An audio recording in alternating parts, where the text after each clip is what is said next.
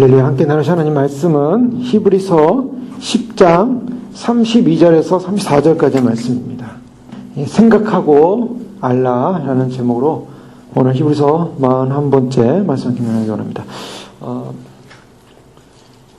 오늘 이 말씀은 특별히 히브리서는 지금 전반부를 거쳐서 이제 후반부로 들어옵니다. 그래서 1장부터 10장의 중반까지는 참으로 교리적인 차원에서 예수 그리스도의 우월성과 기독교의 우월성과 탁월성에 관한 부분을 교리적으로 구약의 토라의 율법과 비교할 수 없는 그러한 수준의 예수 그리스도의 구속의 율법의 거룩함에 한 번의 제사로서 드려진 사건, 제사장으로서 왕으로서 또한 주님께서 모든 속죄를 이루시고 하늘에 들어가셔서 하나님 우편에 앉으셨다는 그런 영광스러운 말씀을 저희가 계속적으로 살펴봤습니다. 그 영광스러운 말씀은 결국 그곳에 올라가신 그분이 우리의 죄를 기억하지 않고 용서하신다. 그렇기 때문에 우리가 이제는 하나님의 지성전으로 들어갈 수 있는 길이 열렸다라는 것을 살펴봤습니다. 그래서 성소에 들어갈 담력을 얻었기 때문에 우리가 그 다음부터 해야 될 의무, 일이 있다면 무엇인가? 바로 하나님께 나아가야 할 것이다 라는 말씀을 살펴봤었습니다. 그런데요, 하나님께 나아가라는 이 권면과 함께 계속적으로 다가온 것은 우리의 소망을 놓치지 말고 움직이지 말라. 굳게 잡으라. 23절에 보면 굳게 잡으라라고 말씀합니다. 우리가 신앙을 간다는 것은요, 그냥 단지 예수님만 믿고 나면 자동으로 구원을 받는다, 자동으로 천국에 임한다라는 개념은 없습니다. 자동이 아닙니다. 그것은 항상 오해를 하는데요. 예수님을 믿는 하나님의 작정이요, 예정이요, 또한 선택입니다. 그러나 그것이 예정되고 작정되고 선택되었다 할지라도 우리가 예수님을 믿게 되고 예수님을 알게 된 다음부터 어떤 사건이 일어나냐면 우리가 믿는 이 믿음을 잡아야 한다는 것은 우리의 책임이라는 것입니다. 이 책임을 안 하면 안 된다는 거예요. 어떤 사람은 그냥 예수 믿으면 다 구원받은 거니까 그냥 손 놓고 있으면 뭐 하나님이 우리를 인도하신다. 그러니까 뭐 마음 놓고 있어도 된다. 뭐 이런 식으로 해석하는데 절대 성경은 그런 말을 하지 않습니다. 굳게 잡으라. 우리 편에 잡아야 된다는 거죠. 그리고 해야 될 것을 말하고 있습니다. 서로 들어봐. 사랑과 선행을 격려하고 모이기를 편한 어떤 사람들의 습관과 같이 하지 말고 오직 권하여 그날이 가까움을 볼수록 더욱 그리하자. 히브리서에 이제 후반부로 오면서 바로 유대 그리스도인들에게 히브리 기자는 계속적으로 무엇을 말했냐면 이제 우리가 받은 구원이 너무나 엄청난 구원이고 영광스러운 구원이기 때문에 이것을 절대 놓치면 안 되고 소망을 향해 다가가야 되는데 그 소망을 향해 달려가는 그 목표는 어딘가? 그날이 가까움을 볼수록 그날입니다. 그날에 구원의 영광스러운 완성이 이루어지기 때문에 그날 향해 달려가는 히브리서는요. 그래서 정말론적인 거예요. 예수님을 믿고 우리가 신앙생활하는 그 신앙생활의 목표는 뭔가? 그날에 있다는 것입니다. 그날. 초대교회 성도들은요. 그날을 바라보면서 견뎠어요. 그날을 바라보면서 참았어요. 근데요, 저희가 이제 26절부터 지금 생략하고 있지만 나중에 살펴볼 것입니다. 32절에도 보면 무슨 말하냐면 전날에 너희가 빛을 받은 후에 잘 시해 보십시오. 전날에 너희가 빛을 받은 후에 이 빛을 받았다라는 표현을 하고 있습니다. 빛은 무엇입니까? 이미 히브리서 1장에서 말하고 있는 하나님의 광채시다, 하나님의 빛이다 라고 설명하고 있죠. 예수 그리스도를 말하고 있습니다. 또한 히브리서 6장에 보면 빛에 관한 언급을 하고 있어요. 4절에 보면 한번 빛을 보고 맛보고 하늘의 은사를 맛보고 성령에 참여한 바 되고 하나님의 선한 말씀과 내세의 능력을 맛보고도 타락한 자들은 다시 새롭게 하여 회개할 수 없나니 이는 그들이 하나님의 아들을 다시 십자가에 못 박아 드러내놓고 욕되게 함이라 라고 하는 경고의 말씀이 있었습니다. 이 경고의 말씀 가운데 첫 번째가 나타나는 것이 한번 빛을 맛보고 빛을 맛봤다라고 말하고 있어요. 빛이라는 것은 보통 빛이 아닙니다. 이것은 바로 진리의 빛, 바로 생명의 빛, 예수 그리스도의 복음입니다. 예수님이 이 땅에 성육신하셔 오셔서 참으로 우리를 위하여 십자가에 못 박혀 돌아가시고 우리가 그 예수 그리스도 안에 온전한 구원을 이뤘다라는 그 자체가 그 복음 자체가 빛이고 예수님이 빛이에요. 그런데요. 그 빛을 받은 후에 라고 말하고 있습니다. 동일하게 말하고 있습니다. 자, 받은 후에 어떻게 하라고요? 그 다음에 온 것이 무엇입니까? 고난의 큰 싸움을 견뎠다라고 말하고 있습니다. 자, 언제 고난이 왔습니까? 빛을 받기 전입니까? 후입니까? 이것은 잘 이렇게 시제를 볼 필요가 있겠죠.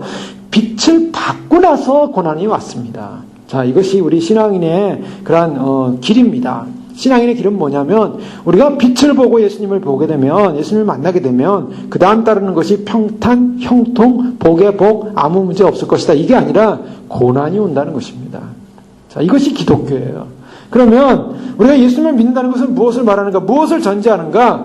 예수님을 믿고 나서 오는 고난에 대해서 인정한다는 것입니다. 그것이 오늘날 기독교에 그와 같은 전제를 하지 않았기 때문에 문제가 많이 생기는 거예요. 많은 사람들이 예수 믿으면 다 잘 될 것이다. 예수님은 복 받을 것이다. 행복할 것이다. 예수님이 아무 문제 없을 것이다. 다 잘 될 것이다. 다 잘 된 사람들을 보십시오. 그 샘플도 갖다 놓고 예수 믿었더니 하나님이 이렇게 기도응답해 주셔서 하나님께서 이렇게 복 주셨고 돈 많이 부자 되게 해주셨고 뭐 자녀도 잘 되게 해주셨고 이렇게 복을 주셔서 이렇게 됐습니다. 다 그런 간증이에요. 그러면 예수 믿고 고난받는다라는 간증은 없더라는 거죠. 예수 믿고 고난받아서 이렇게 내가 정말 이리 맞고 저리 맞고 이렇게 고생하고 저렇게 고생해서 이렇게 됐습니다 라고 말하는 간증은 없어요. 예수 믿고 우리는 다 잘 됐습니다. 자, 이것이 맞습니까? 틀립니까? 자, 성경은 뭘 말하고 있냐면 예수 믿으면 각오하라는 것입니다. 이것이 전제예요. 자, 당신 예수 믿고 구원받았음을 구원받기를 원합니다. 예수님이 나를 위해 다 십자가에서 우리의 죄를 위해서 용서하신 그 엄청난 값을 치르셨습니다. 자, 그것을 인정하고 받아들이고 예수님이 나의 생명이 되는 순간 그 다음부터 오는 것은 고난이라는 거예요. 왜 고난이 오는가? 이유는 간단합니다. 세상에 살 때는요, 세상의 법칙에 맞춰서 세상의 즐거움을 가지고 살았기 때문에 고난이라는 것이 올 수가 없어요. 고난이라는 것은 어디서 오냐면 세상으로부터 오는 것입니다. 세상으로부터 오는 고난인데 세상과 짝하며 사니까 세상에서는 고난이라는 게 없네요. 세상 속에 같이 즐거워하고 세상 속에서 같이 나가고 세상의 가치관대로 살기 때문에 즐거운 인생이었어요. 죄와 함께 먹고 마셨어요. 세상의 동반자였어요. 그런데 복음이라는 것을 받아들이니까 세상과 멀어지고 세상과 등을 돌리게 된다는 것입니다. 자, 같은 깡패 조직에 있던 사람들이 깡패 조직을 나가게 되면 그 깡패에 있는 사람들이 어떻게 합니까?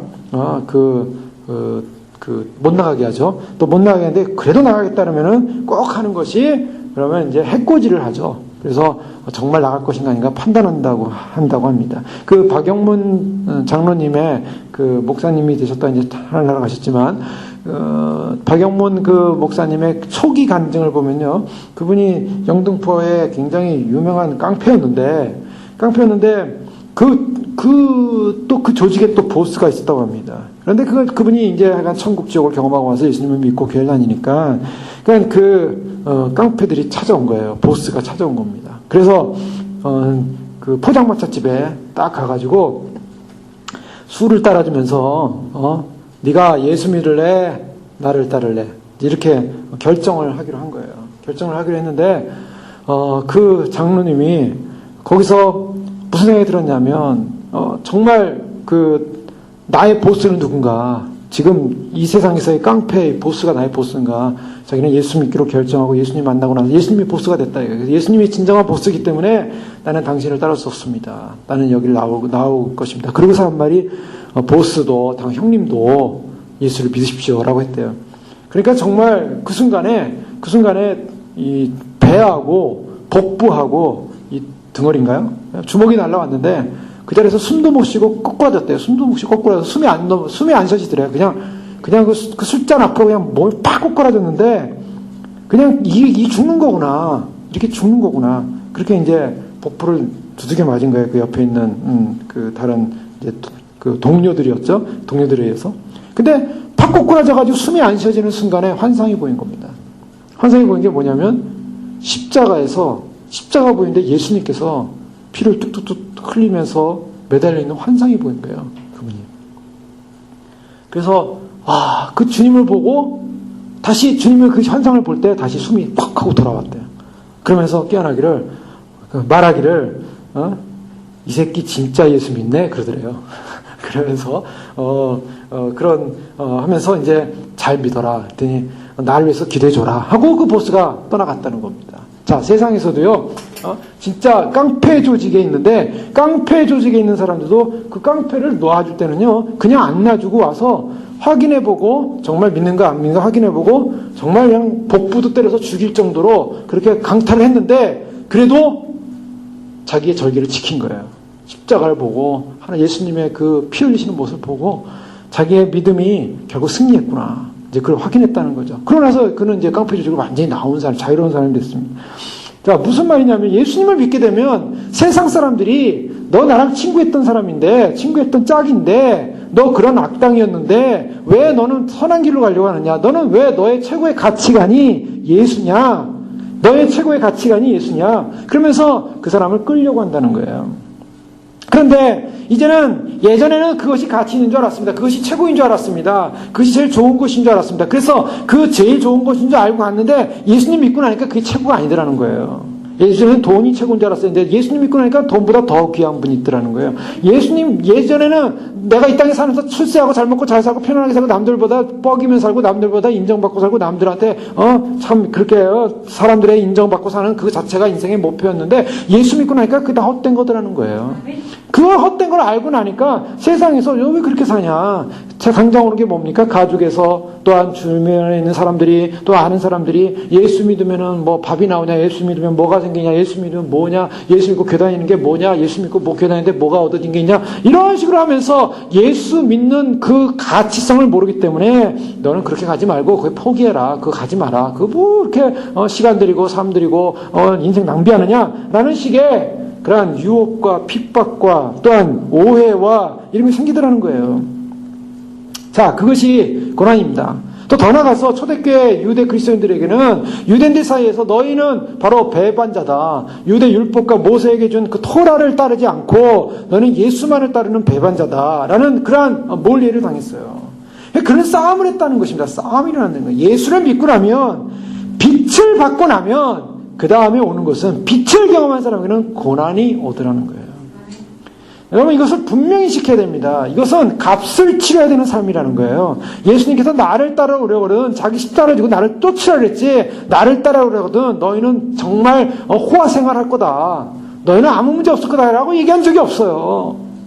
근데 오늘날 기독교가 잘못됐고 오늘날 처음부터 잘못 가르쳤고 예수 믿으면 잘 될 거라고 생각하고 그 환상을 가지고 교회 나오더라 이거예요 사람들이. 그래서 그 환상대로 안 되면은 하나님에 대한 불만과 원망이 생기고 하나님에 대해서 떠나기 시작하고 나에게 그 환상을 만족시켜준 곳을 찾아가는 거예요. 그래서 예수 믿으면 무조건 잘 될 것입니다라는 걸 찾아가는 거예요. 그런데 찾아가 앉아가지고 잘 될 것이다. 그래서 주문을 하는 거죠. 그래서 잘 될 수 있어요. 왜요? 거기 마귀에 속했으니까.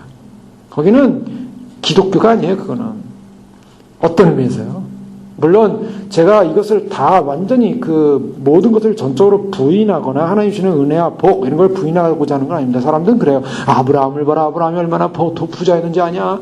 다윗을 봐라. 다윗이 얼마나 부자였느냐? 솔로몬을 봐라. 얼마나 부자였느냐? 하나님이면 다 부자 된다. 맞는 어떤 면에서는 맞는 논리예요. 어떤 면에서는 다 한편으로 보면 결과론적으로 보면 맞는 논리예요. 근데 그들이 그렇게 부자로서 하나님께 보호하신 데는 이유가 있는 거죠.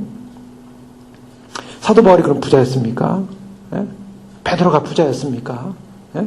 성경에 나오는 인물들이 구약적 상황의 사람들 보면은 족장이었고 왕이었고 그래서 그들이 보는 이미지가 있어요. 그들이 왜 그래야만 하는가? 하나님께서 그런 이유가 있는 것이죠. 그러나 신약으로 오면 예수님 믿고 따른 제자들이 금과 은은 내게 없거니와 내가 내게 있는 것을 내게 주노니 나사렛 예수의 이름으로 일어나 걸으라. 뭐라 그랬어요? 베드로가요? 금과 은은 내게 없다 그랬어요. 금과 은은 내게 없거니와 뭐가 있었어요? 내게 있는 것으로 내게 주노니 예수 그리스도가 있었어요. 금과 은은 없어도 예수 그리스도가 있었다고요. 결국 무엇을 말하냐면 예수님 믿는다고 하는 것은 우리가 이 세상 가치관과 비교될 수 없는 가치성을 갖고 있는 것이고 그것은 그 가치성 때문에 세상이 만족하지 않고 세상이 계속 그러는 거예요. 거기 따라가지 마라. 거기 가지 마라. 자꾸 욕하는 거예요. 예수님 오시면 믿는 것도 마찬가지입니다.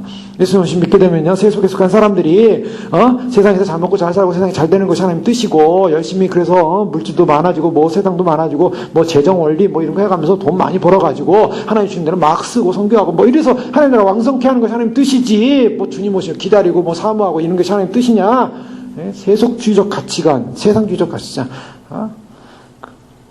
세속주의적 가치관의 개념으로 기독교라는 이름으로 딱 들어서 기독교라는 틀로 싹 포장을 한 거죠. 그래서 그 포장한 것으로 해서 내가 마치 성공자인 것처럼 이제 간증하고 다니는 거예요. 그러면 성경에 예수 믿고 돈 되고 부자 돼서 엄청나게 선교 사역을 했다라고 성경에 쓰여 있어야지 어디 성경에 그런 내용이 나오냐고요. 오늘날 마지막 시대 복음이 거짓 복음으로 이게 변질이 되어버렸어요.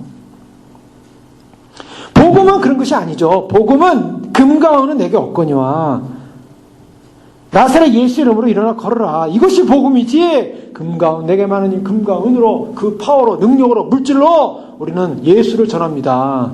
거짓입니다. 이거 반드시 거짓이에요. 그러면 그런 논리가 나온 뒷배경이 무엇인가를 밝혀야 돼요. 세속주의, 물질주의, 성공주의. 예? 그런 것들이 깔려 있는 거예요. 깔려 있어요. 그게 누가 역사냐? 금과 은을 가지고요. 금과 은을 가지고 유혹하고 금과 은을 가지고 하나님 나라의 파워라고 생각하는 것이 바로 사단의 전략이죠. 예수님께 와서 뭐 이렇게 고생하냐고. 세상 명예, 부 다 줄게. 나한테 보면 절해. 그 절한 사람은 다 세상 명예 없는 거예요, 사실. 예수님 믿는다는 거 사실 쉽지 않습니다. 예수님 믿는다는 것은요, 예수님 믿고 나서 고난이 온다는 거예요. 오늘 이 고난에 우리가 참여할 때 그 고난에 참여하는 것은 당연한 것입니다. 사도행전 10장 22절에 하나님 나라에 들어가는 사람은 반드시 많은 환난을 겪어야 할 것이라.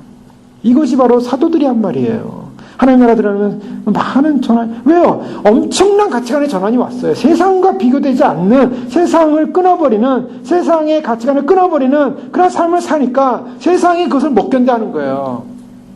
그래서 세상이 못 견뎌하니까 세상 사람들이 세상이라는 가치관이 그렇게 살지 마라. 한평생 사는데 예수 믿어도 잘 먹고 잘 살아야지. 예수 믿어도 잘 돼야지. 왜 그렇게 사냐? 왜 고생하며 사냐? 왜 어렵게 사냐? 거기에 넘어가게 되면 그래 절 한번 해라. 나한테 한번 절하면 내가 돈 많이 주고 부자 되게 해주고 절하면 편안하게 신앙생활하고 천국도 보내줄게. 나한테 한번 절해라. 그러면 너의 그 세속적 가치관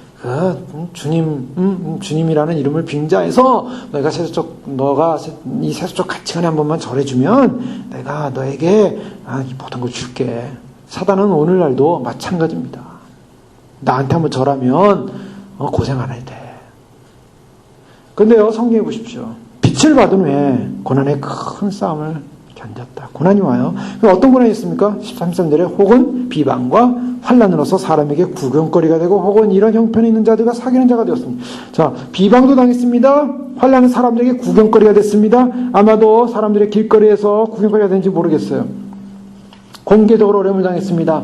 어려움을 당했고 어려움을 당하고 고난을 당한 거예요. 그런데 중요한 것은요, 어려움 당하고 고난 당하니까 사람들이 약해지더라는 거예요. 사실은 이 32절에 34절 말씀은 칭찬하는 말씀이 아니라 사실은 경고하는 말씀입니다. 왜 경고하는 거냐? 지금 빛을 받고 난 다음에 고난의 큰 싸움을 싸웠는데 지금 막 헤매고 있는 거예요. 언제 싸웠습니까? 처음 예수 믿었을 때. 처음 예수 믿었을 때는 예수님밖에 보이지 않아요. 세상하고 예수님밖에 안 보여요. 그러니까 예수 믿으니까 그 기쁨과 감격으로 예수님을 증거하고 전하고 막 간증하고, 그런데 세월 지나니까 그게 약해지더라는 거예요. 그러니까 세월 지나니까 그런 능력이 약해지면서 자꾸 약해지는 거예요. 신앙이 약해지는 거예요. 믿음이 약해지는 거예요. 예수님만이 아니에요. 예수님 플러스 나를 유지하게 되는 게 예수님만이 아니더라는 거예요. 그러니까 정신 차리라. 정신 차리라는 거예요. 정신 차리라. 자, 왜냐? 생각하라. 그랬죠. 32절에요. 35절 보십시오. 그러므로 너희 담대함을 버리지 마라. 왜요? 생각하라. 그러므로 담대함을 버리지 말고, 뭐예요? 담대하다는 거예요.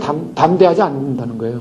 지금 담대하지 않고 있다라는 거예요. 자, 그 증거가 뭐냐면 그 앞에 있는 26절부터 나오는 그러한 경고의 말씀입니다. 우리가 진리를 아는 지식을 받은 후에, 진리를 아는 것은 예수 그리스도입니다. 진지 죄를 범한 자 다시 속죄하는 제사 같고 오직 무서운 마음으로 심판을 기다리는 것과 대적하는 자를 태워 맹렬한 불만 있으리라 하면서 하나님의 아들을 짓밟고 자기를 거룩하게 한 언약의 피를 부정한 것으로 여기고 은혜의 성령을 욕되게 하는 자가 당연히 받을 형벌은 얼마나 무겁겠느냐, 더 무겁겠느냐. 너희는 생각해라. 예수님 믿고 빛을 맛보고 진리를 맛본 사람들이 타락하면 그 징벌이 더 크다는 거예요. 그 히브리서 6장하고 똑같은 경고입니다. 지금 유대 그리스도인들이 약해지고 있다는 겁니다. 예수님 믿고 나서 처음에는 담대했는데 세월 지나면서 약해지더라는 거예요.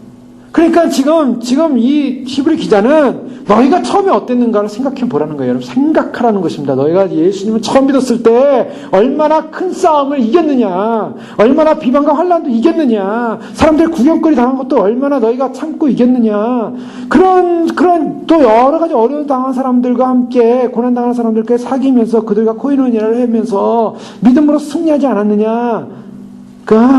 지금의 고난 속에, 지금의 어려움 속에 그걸 생각하고 이겨나가야 된다라는 것을 강조하고 있는 것입니다. 마태복음 10장 34절의 말씀에 봐도 주님을 따르는 백성들을 이렇게 말하고 있습니다. 내가 세상에 화평을 주러 온 줄로 생각지 말라. 화평이 아니요 검을 주러 왔노라. 내가 온 것은 사람이 그 아버지와 딸의 어머니와 며느리가 시어머니와 불화하게 하려 함이니 사람의 원수가 자기 집안 식구리라. 아버지나 어머니를 나보다 더 사랑하는 자는 내게 합당치 아니하고 아들이나 딸을 나보다 더 사랑하는 자도 내게 합당치 아니하며 또 자기 십자가를 지고 나를 따르지 않는 자도 내게 합당치 아니하니라. 자기 목숨을 얻는 자는 잃을 것이요 나를 위하여 자기 목숨을 잃는 자는 얻으리라. 이 말씀은 무슨 화평이 아니라는 거예요. 이건 복음 안에서 고난이 온다는 것입니다. 결사각오를 해야 한다는 거예요. 결사각오를 하고 정말 예수님 믿고 나면 결사각오하고 그 결사각오를 유지해 가야 한다는 것입니다. 이 사람들이요. 결사각오를 해야 되는데 이 결사각오를 처음만 하더라는 게 처음에는 자신 있습니다. 처음에는 이길 것 같습니다. 처음에는 할 것 같습니다. 그런데 얼마 못 가서 넘어지는 거예요. 각오하랬더니 학생들 공부 열심히 해라 그러면 그러죠. 각오한다 그래가지고 머리에다가 띠를 띠고 이제 막 머리를 쪼여맵니다. 그래서 그 다음에 어떤 아이들은 그냥 종이에다가 성공하자 뭐 이런 거 써놓기도 하고요. 그 다음에 반드시 붙는다 뭐 이런 거 써놓기도 하고요. 그리고 사람들이 각오한다 그러면 머리를 깎죠. 그 무슨 한국 정치인들 보면 뭐 자기들의 의견을 관철시켜서 하는 일이 뭡니까? 머리 깎는 일을 해요. 참 우리나라 사람 되게 웃겨. 머리 깎아요. 외국 사람들은 머리 깎는 거 못 봤는데 우리나라는 그냥 뭐 한다 그러면 머리 빡빡 밀고 와가지고 내가 이렇게 머리 깎았다. 또 어떤 사람들 뭐 합니까? 혈서 쓰죠. 그래서 우리나라 전통적으로 보면은 우리가 같이 일해 결사 혈맹한다 그래가지고 칼을 갖다 손가락에 넣어가지고 혈서를 막 씁니다. 공부 잘하려면 혈서 써야 됩니까? 머리 깎아야 됩니까? 머리 깎게 아니라 사전을 피고 외워야죠. 책을 읽어야죠. 머리 깎고 머리 쪼여맨다고 공부가 잘 됩니까? 또 혈서를 쓴다고 해서 공부가 잘 되거나 성공합니까? 연필을 깎고 열심히 공부해야죠. 그러니까 이게 뭐냐면요. 의지를 가지고 내가 예수님 믿었으니까 내가 그냥 굉장한 일을 하겠다. 대단한 일을 하겠다. 대단한 존재가 되겠다. 처음에는 막 뛰어듭니다. 많은 젊은이들이요. 처음에 예수님 믿고 하나님 믿고 정말 그 열정 가운데 처음으로 뭘 해보겠다고 막 뛰어들었어요. 그런데 세월 지나고 삶 지나고 인생 지나고 세월 지나니까 예수님 십자가 그건 간 것도 없고 세상에서 잘 되는 것이다. 세상에서 편하게 사는 것이다. 세상에서 안정하는 것이다. 뭐 이런 방향으로 가기 시작하는 거예요. 오늘 기독교가 처음에 예수님 믿고 예수님 따르고 있을 때는 온갖 고난과 어려움 속에서 일제의 핍박 속에서 신사참배를 이겨나가는 것 속에서 또 유교의 그 어려움 폐허 속에서 믿음을 지키고 싸웠어요. 그리고 주님을 의지했고 주님을 갈망했어요. 그리고 예수님을 전했어요. 온갖 그래서 복음이 증거되고 전파되는데 결과가 어떻게 됐습니까? 이제는 환난, 어려움, 고난 이런 것들은 별로 없어지고 성공 뭐 이런 것들을 포장하기 시작한 거죠. 자, 점점 처음에 신앙의 각오와 믿음의 결단들이 다 사라지기 시작했고 본질이 사라지기 시작했고 명예 따지기 시작했고 부 따지기 시작했고 편안한 것 따지기 시작했고 이런 식으로 가기 시작하더라는 것입니다. 근데 성경은 분명히 말하기를요.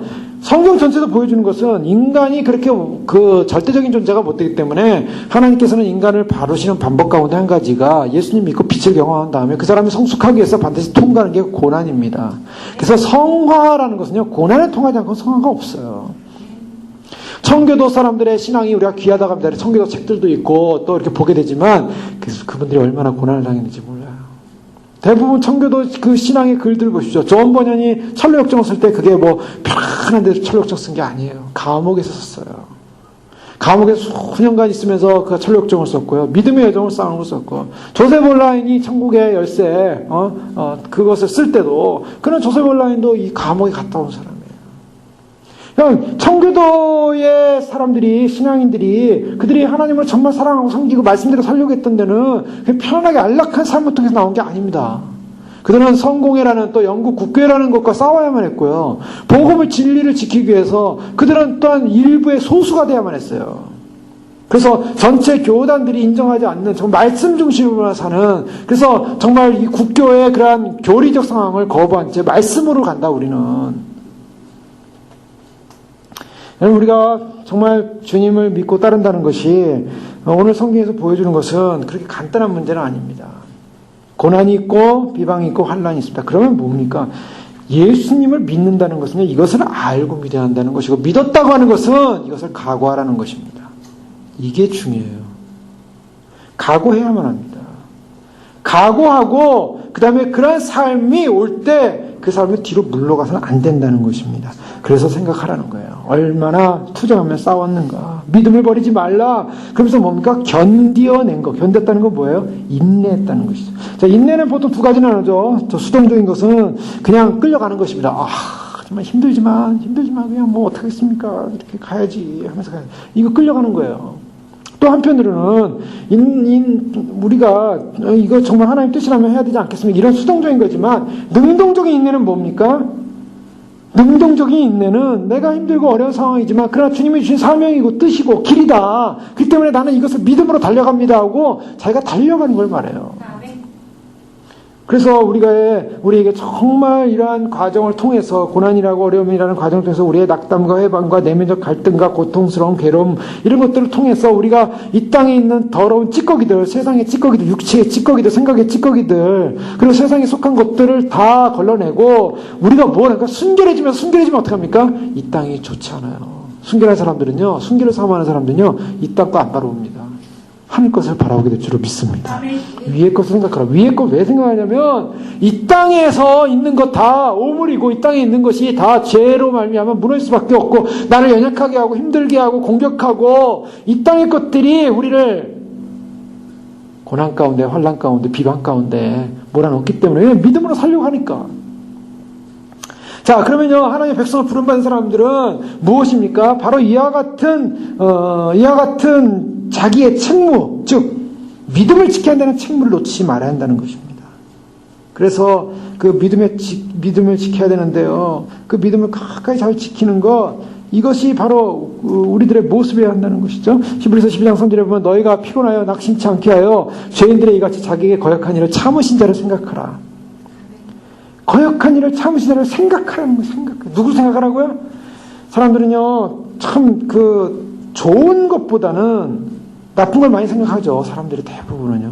우리의 삶을 보면 좋은 거 나쁜 걸 많이 생각하게 됩니다. 그런데요, 인생 전체를 통해서 보면 사실 좋은 날이 많았을까요? 나쁜 날이 많았을까요? 사실은 좋은 날이 더 많았다는 것이 인생의 보통의 결론입니다. 좋은 날이 더 많았어요, 사실은. 이 이스라엘 백성들 보면요, 이스라엘 백성도요, 애굽에서 출애굽할 때 하나님에 대한 감격이 있었지 않았습니까? 동해바다 갈라지고요. 얼마나 영광스러웠어요. 구름기도 물기도. 근데 그들이 좀 지나면요, 뭘 하면 하나님이 홍해바다 가는 거 잊어버리고 있어요. 하나님 그 역사 이루셨는데. 이것이 이제 인생이에요. 또 하나님께서 출애굽 16장을 보면 만나를 주셔가지고 그들에게 먹을 거 다 채우셨는데 그들은 늘 언제나 먹는 거. 하나님께 대한 그 먹는 거 하나님께 채우신다는 공급하신다는 그 개념을 자꾸 잊어버려요. 하나님 떡을 주신다는 개념, 마태복음 16장에도 보면 예수께서 아시고 16장 8절에 가라사대 믿음이 적은 자들아 어찌 떡이 없으므로 서로 의논하느냐. 16장 9절에 너희가 아직도 깨닫지 못하느냐. 떡 5개로 5,000명을 먹이고 죽은 것이 몇 바구니며 떡 7개로 4,000명을 먹이고 죽은 것이 몇 광줄이던 것을 기억지 못하느냐. 주님께서 오병이어 사건 일으키고 그 다음에 떡 7개를 가지고 또 4,000명을 먹이신 이 사건을 상기시켜요. 주님이 우리와 함께하고 있고 우리를 인도하고 있고 우리를 도우시고 우리를 구원하시고 우리를 지켜주셨다는 이 사실을 기억하라는 것입니다. 그 중요한 거예요. 우리가 신명기 8장 2절에도 보면요, 내 하나님 여호와께서 이 40년 동안에 너로 광야를 걷게 하신 것을 기억하라. 광야 가운데 하나님이 굶겨 죽였습니까? 이스라엘 백성들이 굶어 죽은 사람 아무도 없어요. 하나님한테 저항하다가 죽었죠. 매맞아 죽었죠. 굶어 죽은 사람 없어요. 인간의 생존권 하나님 다 보호해 주셨어요. 입으로 먹을 것, 마실 것 다 주셨어요. 하나님을 믿었더니요, 굶어서 죽었더라. 이런 게 성경에 없습니다. 네, 없어요. 그럼 뭘 말이냐? 그러면 굶어서 안 죽었으니까 그냥 풍요롭게 살고 더 넘치게 살고 이런 개념이 아니라 하나님 앞에서 우리의 삶의 모습은 하나님이 우리를 그동안 인도하신 인생의 여력과 삶을 보면 소위 말해서 지체 불만족, 내가 불만족스럽게 생각해서 문제지 사실은 하나님이 공급하시고 인도하시고 지켜주신다는 사실 믿으시기 바랍니다. 우리가 북한을 생각해보세요. 북한은 저 불쌍한 나라, 굶어 죽고 아사식전에 있는 사람 막 그냥 목숨 걸고 도망가고 나서 나오잖아요. 그런 사람들에 비하면 우리 인생은 얼마나 행복한가. 아프리카에 굶어 죽어가는 많은 어린아이들 생각해보면 얼마나 행복한가. 굶어 죽지 않고 살고 있잖아요. 얼마나 감사합니까? 감사할 일이 너무 많아요, 사실은. 제가 고린도서 12장 9절에도요. 사도 바울은 이렇게 말합니다. 사도 바울은 예수님 믿고 나서 어떤 상황이 벌어졌냐면, 고린도서 11장 23절 이하의 말씀부터 먼저 보면, 그들이 그리스도의 일꾼이냐 정신없는 말을 하거니와 나는 더욱 그러하도다. 내가 수고를 넘치도록 하고 옥에도 갇히기도 하고 더 많이 하고 매도 수없이 많고 여러 번 죽을 뻔하였고 유대인들에게 40에 하나 감한 매를 5번 맞았고 3번 태장으로 맞고 1번 돌로 맞고 3번 파손하고 일주일을 깊은 바다에서 지냈고 여러 번 여행하면서 강의 위험과 강도의 위험과 동족의 위험과 이방인의 위험과 신의 위험과 광야의 위험과 바다의 위험과 거짓 형제 중의 위험을 당하고 또 수고하며 애쓰고 여러 번 자지 못하고 줄이며 목마르고 여러 번 굶고 춥고 헐벗었노라. 참 이 말씀 보면요. 자, 사도 바울 참 믿음이 충만하고 뭐 바울이 막 기도하고 막 그러면 막 병자도 낫고 기적도 나지 않았습니까? 바울의 손수건 때문에 막 병자도 낫고요. 바울이 얼마나 이 하나님의 복음을 준 거였어요. 근데 바울의 그 삶의 내용을 가만 보니까 뭐 두들겨 맞은 뭐 한두 번도 아니고요. 죽을 뻔한 것도 한두 번도 아니고요. 이거 위험이 이렇게 많아요. 위험 속에 살았어요. 위험 속에. 예. 그런데요, 12장 또 9절에 보면 나에게 이르시기를 내 은혜가 네게 족하도다. 이는 내 능력이 약한 데서 온전하지만 내 능력이 약한 데서 온전하는데 그래서 자기가 병이 있었고 몸에 아픔이 있었는데 그 아픔마저 해결이 안 되고 있었어요 지금. 그러므로 내가 그리스도를 위하여 약한 것들과 능욕과 궁핍과 박해와 곤고를 기뻐하노니 바울이 기뻐한대요. 자, 이것이 기독교입니다. 바울이 뭘 기뻐하고 있어요 지금? 약한 것들. 자기 몸이 약한 걸 기뻐한대요. 두 번째, 능욕을 기뻐한대요. 궁핍을 기뻐한대요. 박해와 권고를 기뻐한대요. 왜냐? 이유가 나오죠. 내가 약한 그때 강함이라. 그리스도의 능력이 내게 머물게 하려 합니다. 능욕을 받고 약하고 궁핍하고 박해하고 공고받고 기독교가 말하는 것은요, 성경이 말하는 것은 우리가 세상에서 능력 있고 강하고 대단하고 위대한 사람 돼야만이 하나님 축복이 아니라 오히려 역설이에요. 강하지 못하고 약하고 매맞고 빈약하고 그런데 거기 하나님 능력이 머물더라는 거예요. 그걸 기뻐한대요. 그런 세상 사람들은 미쳤다는 거죠. 예수님 믿고 미친 거죠. 세상 사람들이 볼 때. 그러나 우리는 분명한 이유를 압니다. 예수 그리스도의 능력이 우리의 약한 가운데 있기 때문에 우리는 찬송할 수 있는 것이죠. 감사할 수 있는 것이죠. 예수님을 바라보면서 있기 때문에 우리는 감사한 거예요. 그러니까요, 세상과 나를 비교해서 내가 세상으로부터 위축당하고 세상이 볼 때는 우리가 아무것도 아니죠. 뭐 대단한 거 아무것도 없죠. 그러나 주님 안에 있기 때문에 주님 안에서 주는 그 능력, 주님이 주시는 채우시는 은혜, 그래서 예수 그리스도의 능력과 은혜로 주의 복음을 위한 삶으로 승리하게 될 줄로 믿습니다. 자, 이것이 바로 기독교예요. 우리에게 날마다 짐을 주시는 하나님께서 우리와 함께 하시고 도우시고 우리의 인생 가운데 함께 동행하시는 것, 그래서 그러한 견뎌내는 삶, 큰 싸움을 견디는 것을 생각하라. 우리가 생각할 때 예수님을 생각하고 예수님이 우리 하나님이 우리를 인도하신 걸 생각하고 얼마나 우리의 기쁨과 감격인지 몰라요. 빛을 맛보고 나서요, 원수들이 달라붙습니다. 원수들이 공격합니다. 그럼에도 불구하고 초대교회 신앙인들은 도망가지 않았어요. 전투에 들어갔어요. 선한 군사로서 싸움했다고 했어요. 사도 바울은 디모데 후서 2장 3절 어려운 고난을 참아야 한다고 했어요. 어려운 고난을 참아야 한다. 하나님의 너는 그리스도 예수의 좋은 군사로 나와 함께 고난을 받으라. 나와 함께 고난을 받으라 그랬어요. 고난을 받으라. 자, 지금 바울이 뭐라고 했습니까? 디모데에게 나를 믿으면 어려움이 하나도 없을 것이 떠날 것이다 아니라 고난을 받으래요. 자, 낙담하지 않고요. 신앙 고백을 포기하지 않고요. 그 다음에 이기는 자로서 그들은 생각하고 살았어요. 얼마나 위대합니까? 그래서 11서 12장 2절 말씀에 예수를 바라보고 십자가를 참으신 그분, 부끄러움을 개의치 않으신 그분을 바라볼 때 우리에게 그런 용기가 나는 줄 믿습니다. 그것을 기억하라. 그것을 기억하라. 생각하라. 자, 그렇기 때문에 여러 가지 연약함의 위험, 환경의 위험, 조건의 위험을 당하는 유대 초대 그리스도인들에게 바로 히브리 기자는 바로 그것을 건면시키는 거예요. 우리의 삶이 처음에 예수 믿는다는 것이 바로 그것을 전제로 해서 시작한 것이다. 그런 전제로 처음에 승리하고 싸우지 않았느냐. 그러니까 끝까지 그 전제의 삶을 놓지 말라는 것입니다. 끝까지입니다.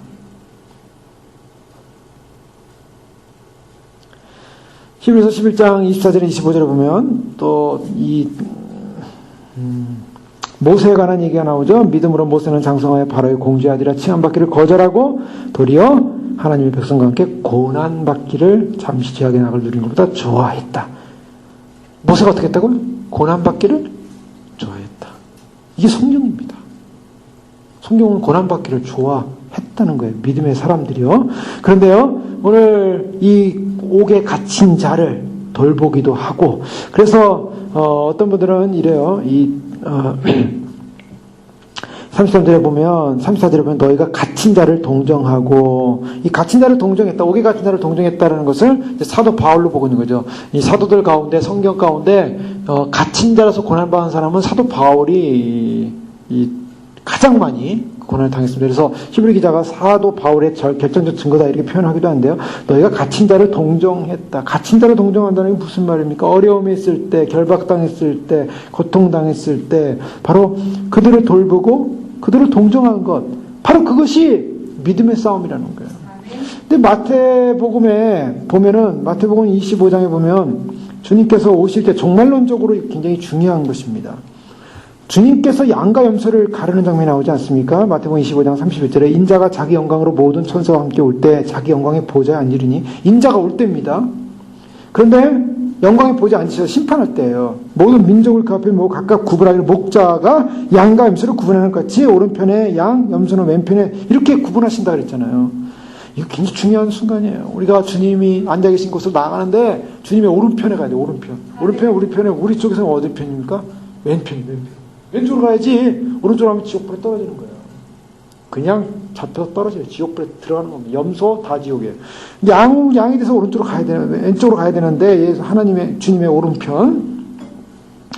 그때 임금의 오른편에 있는 자들에게 이르실 때 내 아버지께 복받을 자들이여 나와 창세로부터 너희를 예비된 나라를 상속하라. 이 메로스 여기서 정말 하나님의 이 영원한 유업이 주어진다고요. 하나님 나라가 주어져요. 근데 어떤 사람에게 주어지냐? 이게 중요한 포인트죠. 양이 누구냐는 거예요. 양이 누구냐? 35절에 내가 줄일 때 너희가 먹을 것을 주었다. 목마를 때 마시게 하였다. 나가는 데 있을 때 영접했다. 헐벗을 때 옷을 입혔다. 병들었을 때 돌봤다. 옥에 갇혔을 때 와서 보았느니라.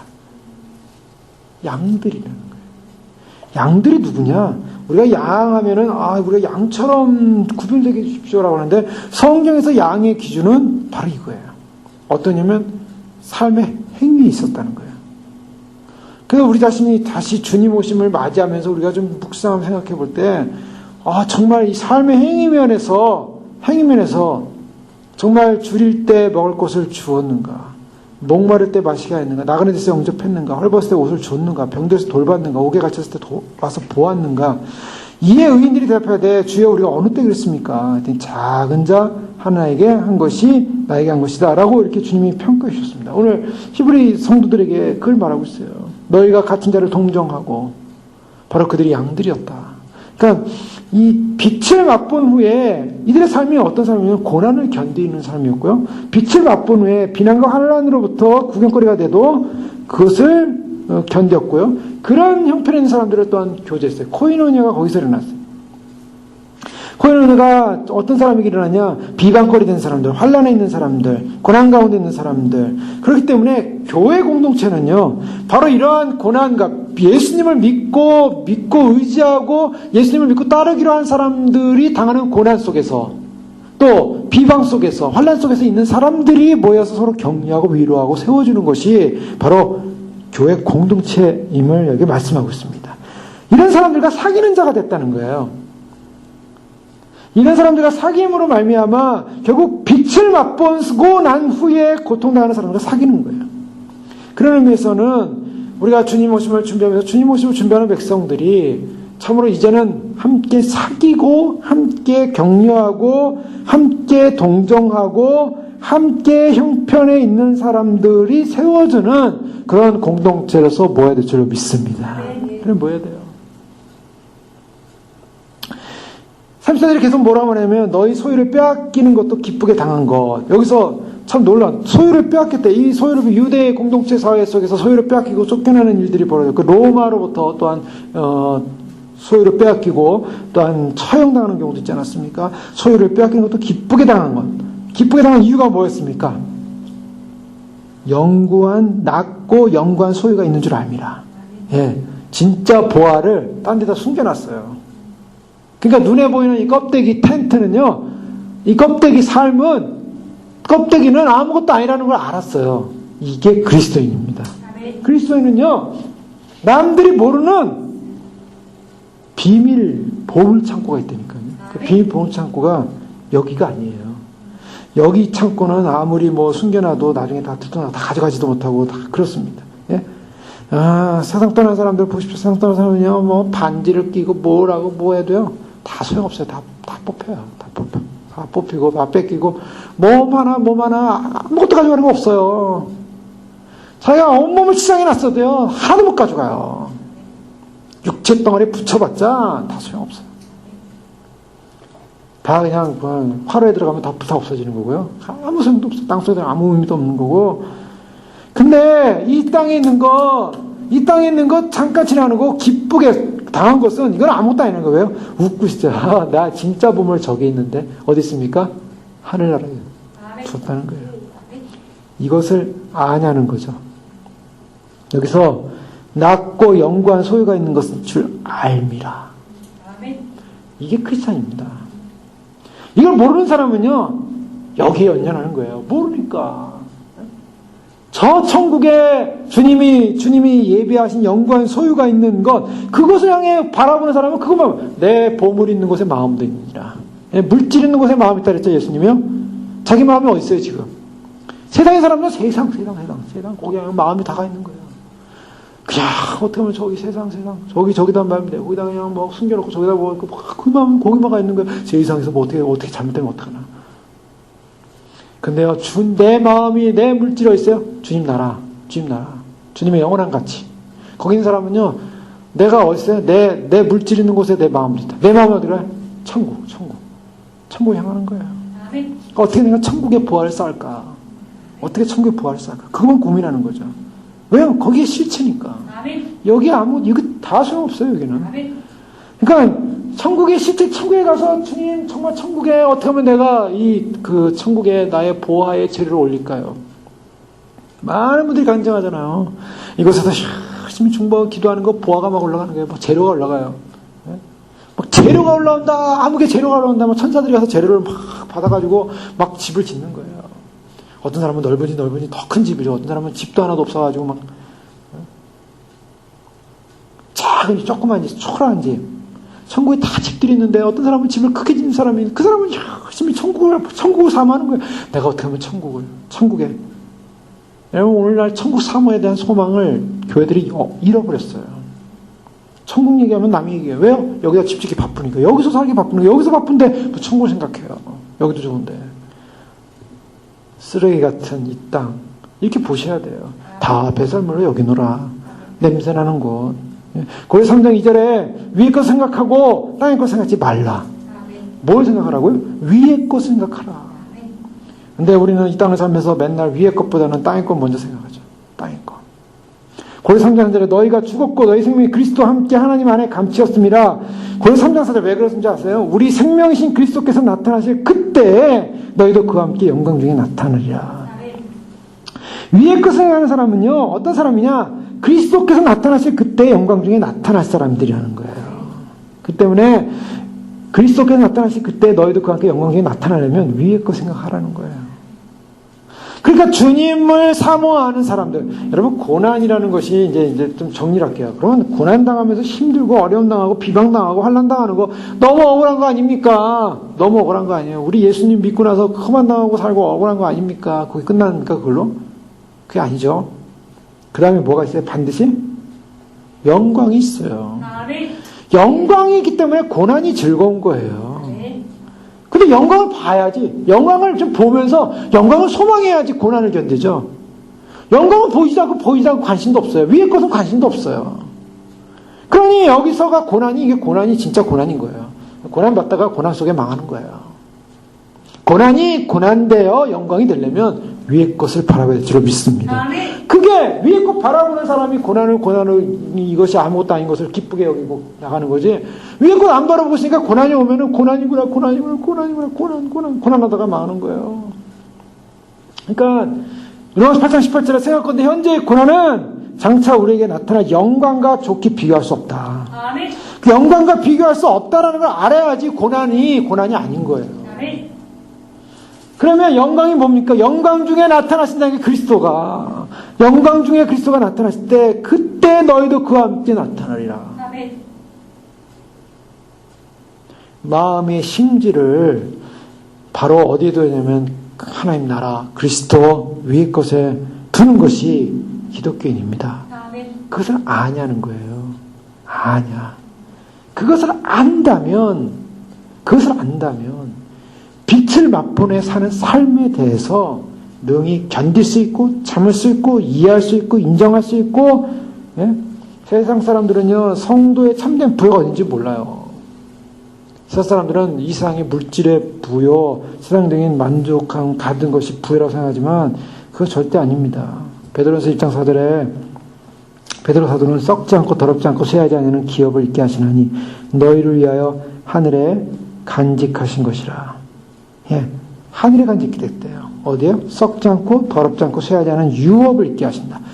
베드로 사도, 히브리서 쓴 사도, 또 믿음의 사람들 바울 다 어디에 관심이 있었어요? 하늘에 관심이 있었어요. 그래서 하늘에 관심 있는 그들은 무엇을 바랍니까? 5절 베드로전서 1장 5절에 너희는 말세에 나타나는 예비한 구원을 얻게 하여 믿음으로 말하여 하나님의 능력으로 보호하시면 말세에 나타나는 예비한 구원, 마지막 때에 나타날 구원, 주님이 오시는 영광 중에 오시는 날 구원, 그 구원을 바라보는 분들, 구원을 바라보는 소망의 사람들, 하늘에 자신들의 유업이 있는 줄 아는 사람인 줄 믿습니다. 이 땅이 아닙니다. 이 땅이 아니에요. 이 땅 바라보는 사람은 반드시 망합니다. 반드시 100% 망하고 그 땅 바라봤기 때문에 그 땅의 저주를 그대로 뒤집었을 거예요. 땅은 저주받은 것이에요. 그래서 땅에 저주받은 것에 목적을 둔 사람은 땅의 저주를 받아 땅속으로 꺼지는 거예요. 지옥으로 떨어지는 겁니다. 그러니까 이상 사람들이요, 지옥 갈 사람이 수없이 깔리는 게 바로 그 문제예요. 내가 지옥 갈 사람이냐 천국 갈 사람이냐 간단합니다. 내가 정말 하나님을 소망하고 있느냐.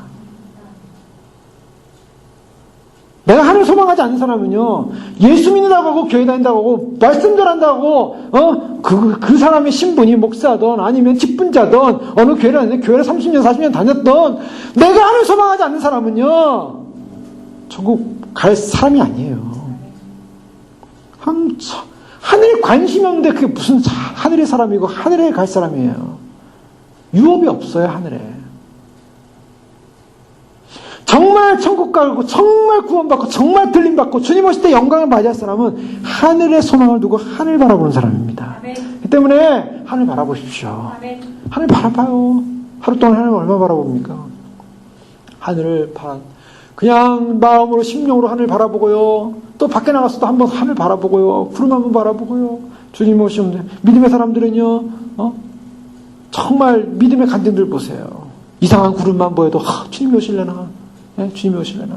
일치했을 때 믿음의 선배 목사님들 주님 바라보며 살고요. 또 믿음으로 주님 갈망하는 사람 어느 시대든 하늘을 바라보고 저 구름이 주님 타고 오실 구름일까? 그것이 하늘 바라보는 사람의 소망입니다. 하늘 바라보는 민생, 하늘 바라보는 소망. 자, 영구한 소유가 저 하늘나라에 있는 줄 아냐는 거예요. 아냐. 알아야 됩니다. 아는 사람만이 진정한 정말 하나님으로부터 오는 그 영광스러운 영광의 축복을 누릴 사람들입니다. 호세 6장 3절에 그러므로 우리가 여호와를 알자, 힘써 여호와를 알자. 그의 나오심은 새벽빛같이 일정하니 비와 같이 땅을 여시는 늦은 비와 같이 우리에게 임하시리라. 주님의 은혜가 임할 것입니다. 여호와를 알아야 됩니다. 성령이 우리로 하여금 친히 인도하시고 지켜주시고 함께하시고 우리가 어떤 존재인가. 그러니 우리는 무엇입니까? 우리가 그 영원한 천국을 바라보며 가기 때문에 그걸 알고 있기 때문에 우리가 이 땅을 거쳐가면서 당하는 고난, 어려움, 이 가치를 알아요. 가치를 알아요. 고난이 올 때 이거 가치 없는 고난이 생각하면 그 사람은 가치 없는 고난 속에 그냥 고난 속으로 그냥 빠져들어가는 거죠. 그러나 고난을 뚫고 나와서 승리하는 비결이 뭡니까? 가치 있는 고난이라는 거예요. 그것이 바로 이기는 자입니다. 이기는 자는 가치 있는 고난이에요. 그런데요, 문제는 이 히브리 그리스도인들이 그런 고난을 당할 때 그걸 자꾸 놓쳐버리고 잊어버리는 거예요. 그래서 다시 말하기를 생각하라.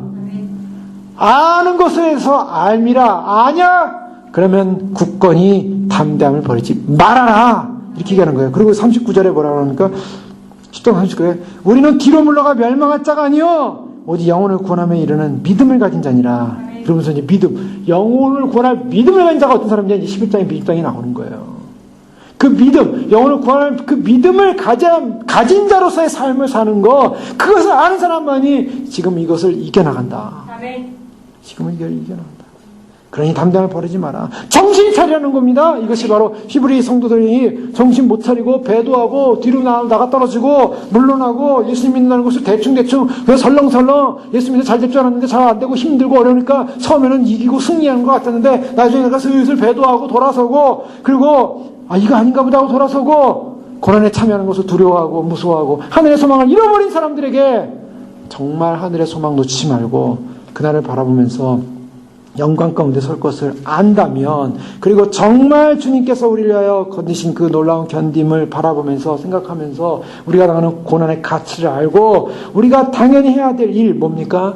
예수님 믿었다면 우리가 끝까지 주님 부여잡고 이 믿음의 삶에 승리하라는 줄 믿으시기 바랍니다. 그래서 우리도 주님 오시는 그날까지 정말 우리에게 주어진 영광의 소망이 무엇인가 우리는 분명히 알고 있습니다. 휴거의 영광이 무엇인지 알고 구원의 영광이 무엇인지 알고 예수님의 오심의 영광이 무엇인지 알고 있습니다. 위의 것도 바라보십시오. 오늘도 위의 것을 바라봅니다. 위의 것이 소망입니다. 세상 것은 바라볼 가치도 없고 의미도 없고 땅의 것을 바라보지 말라 해서 땅의 것 바라보면 땅의 저주와 함께 저주받아 죽는 거예요. 하늘의 영광, 구원의 영광, 생명의 영광, 우리의 생명은 이 땅에 없습니다. 하늘로부터 오는 것이고 주님 오실 때 오는 것이고 주님 오실 때 구원받는 줄 믿으시기 바랍니다. 끝까지 부여잡으십시오. 기도하겠습니다. 이 시간 기도할 때 그렇습니다. 주님께서 우리에게 부으신 이 구원의 소망, 참으로 이것은 참으로 위대하고 영광스러운 구원의 소망입니다. 이 소망을 부여잡고 달려가는 자만이 변화되어지고 진정한 양이 무엇입니까? 참으로 그것을 안다면 아는 자 타운 참으로 믿음의 삶을 결단하고 살아가신 줄 믿습니다. 우리의 삶이 그러한 결단을 통해 살게 하시고 참으로 형이상학적으로 참으로 사는 것이 아니라 정말 진정한 주님 보시기에 합당한 양이 되어서 주님 참으로 주님과 함께하는 이 고난의 여정 속에 참으로 주님 믿음으로 마지막까지 승리하여 주님을 맞이할 수 있도록 축복하여 주시옵소서. 기도하겠습니다. 할렐루야. 아버지 하나님 감사합니다. 주님께서 이번에 저희를 불러주시고 인도하여 주셔서 아버지 하나님 우리의 삶이 아버지 하나님 참으로 이곳에 있지 않다는 것을 알고 있습니다. 땅만 바라보고 땅에 있는